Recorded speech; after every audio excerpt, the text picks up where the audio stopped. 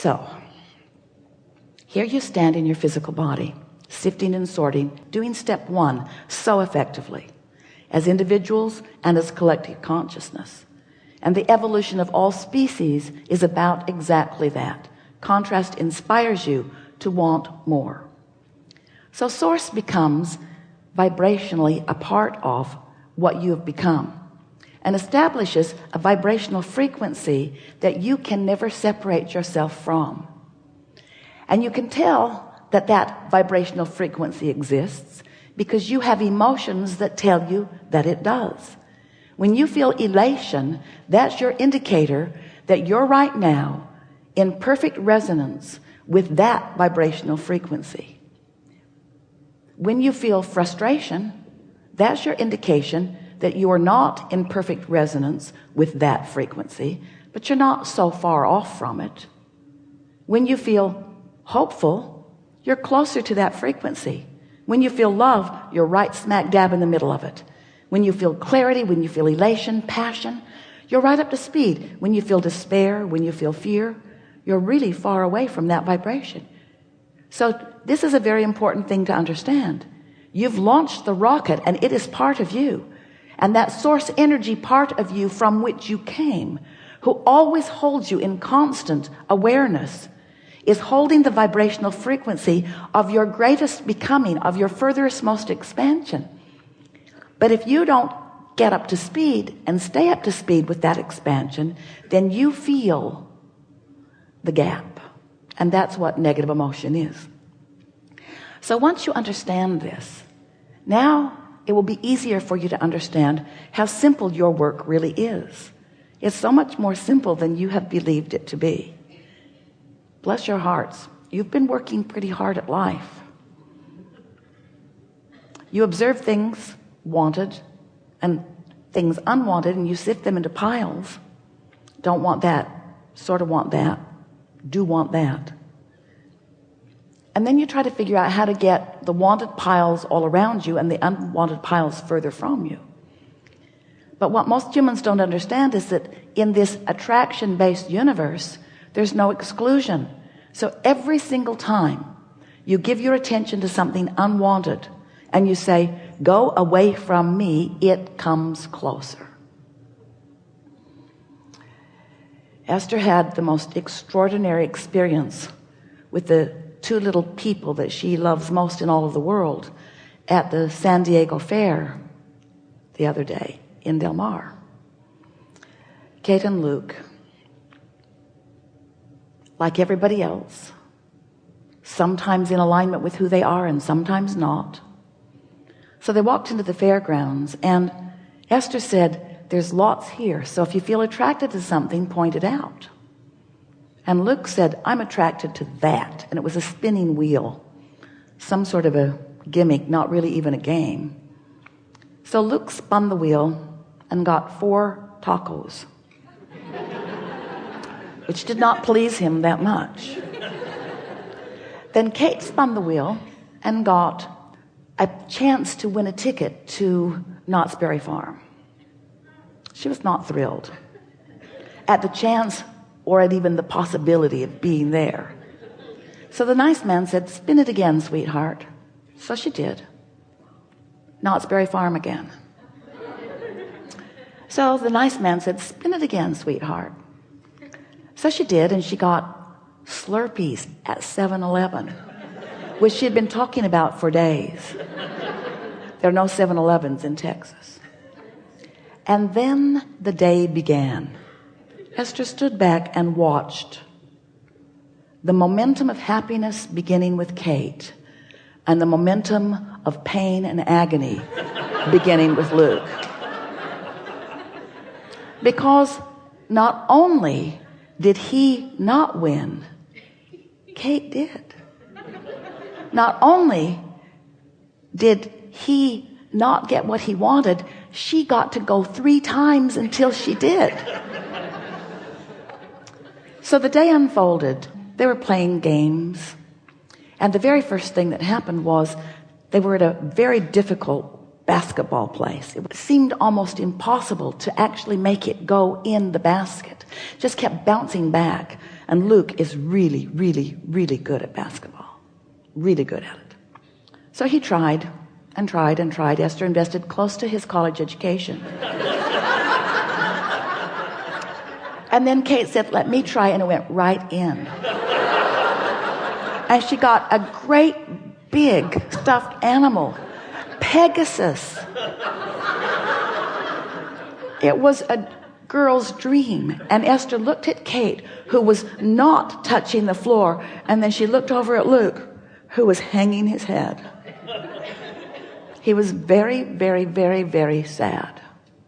So off they went to the next game. This one was where you throw quarters across the table. And if they land on the right exact spot, then you get something. So Kate got a little thing and another little thing and another little thing. And Luke said, it's like they don't want me to win. And Esther's thinking, it's how it feels, isn't it? When things aren't working out for you, it feels like someone's doing it to you. Because when you want something and it's not coming, it doesn't seem possible that you would do it to yourself, because you want this thing that you want. So Esther is thinking, I would so like to explain the way all of this works again, right in the middle of all of this. But of course, when you're not feeling good, that's not the time that you're going to hear. And Esther could see Kate spiraling upward and Luke spiraling downward. And somehow they seemed hooked together in some freakish way. And so then there was the water game. You shoot the water into the little holes, and they all lined up. There were 5 of them. They all lined up. Kate was on station number 2. Squirt, squirt, squirt, squirt, squirt, squirt. Number 2 is the winner. Let's do it again. Squirt, squirt, squirt, squirt, squirt, squirt, squirt. Number 2 is the winner. Let's do it again. Squirt, squirt, squirt, squirt, squirt, squirt, squirt. Number 2 is the winner. Mine's broken. It didn't seem possible that Kate could continue to win, but she did all day long. She had so many stuffed animals, Esther had to make a trip back to the car because they could not lug them all around. So then the reason they'd gone to the concert is because Train was there. Train was going to presentation later that night, and so they arrive after a long, fun and not fun, really funnest day ever and worst day ever. And they arrive at the concert, and they're sitting in their seats, and a nice man comes up to Kate and says, would you like to go on stage with Train tonight?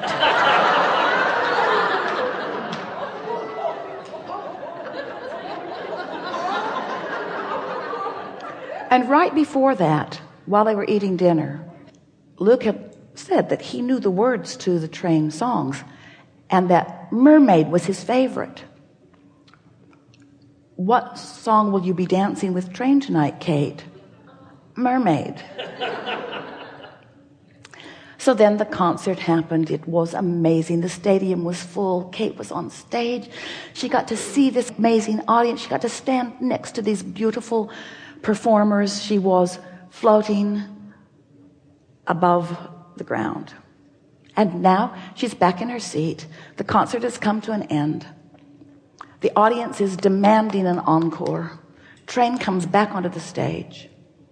The lead singer has 3 t-shirts. He throws them into the audience, and guess who got one of them? Kate. And so as they were walking out of the stadium, Kate puts her hand in Esther's hand, and they are both floating above the ground. And Esther said, that's the way it works, sweetie. You just feel genuine happiness like you have all day, and everything flows to you. There was no point in having the discussion with Luke, because his reality and his observation of it, he had a momentum going. Has that ever happened to you? Have you ever had a momentum going where no matter how hard you try, how good you are, how clever you are, how genuinely good you really are, still things are not working out for you? And Esther came away from that experience enlivened like never before, because she understands law of attraction. She knows for sure about momentum. She knows about point of attraction, because that's what we're talking about all day, every day. She knows that the way you feel is your indicator of what you've got going on vibrationally. And she knows that you have reasonable control over what you've got going on vibrationally. But she also knows that once momentum gets going, that law of attraction is going to continue to feed that momentum. We've been talking about this momentum for a while. And Esther has been practicing this feeling of getting on that high flying disc. We've been talking to you about this vortex that is spinning. And now we're wanting to say to you that this vortex is spinning in this high flying, high frequency, non-resistance, and that you've got to be up to speed with that. Because when you're up to speed with that, what's in that vortex flows easily into your experience. But when you're down here in despair or in injustice or in unfairness or in fear, when you're in desperation, you are so far from the frequency of that even though that is making its way to you, it cannot come into your experience. You've got to control your frequency. And so we've been saying lately that the best way to maintain that high-flying frequency is first to understand that it exists, next to understand that you can accomplish it, next to pay attention when you find it, next to pay attention when you find it and to do your best to milk it, to keep the momentum going. We've been telling you a story for a while that sometimes it sounds to us like you are saying, Abraham, I've jumped out of an airplane and I have no parachute. What do you suggest that I do? And we say, hang on, it will be over in a little while. Because once that momentum gets going, there is not an action that you're going to take that is going to do anything about it. And that's sort of what Esther wanted to say to Luke all day long. Hang on, it'll be over in a little while. Because eventually you'll get a good night's sleep. Eventually something will happen to stop this momentum. And because it is not naturally who you are, it will not continue.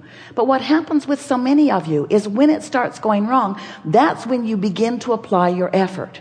But you're applying effort in the midst of momentum that's already gone wrong. And in the midst of the momentum that's already gone wrong, in this attraction-based universe where there is no exclusion, every time you shout no at something, the universe says, here's more of it. And that was exactly what Esther witnessed with these darling children. They were both getting more and more and more of the momentum that they had established.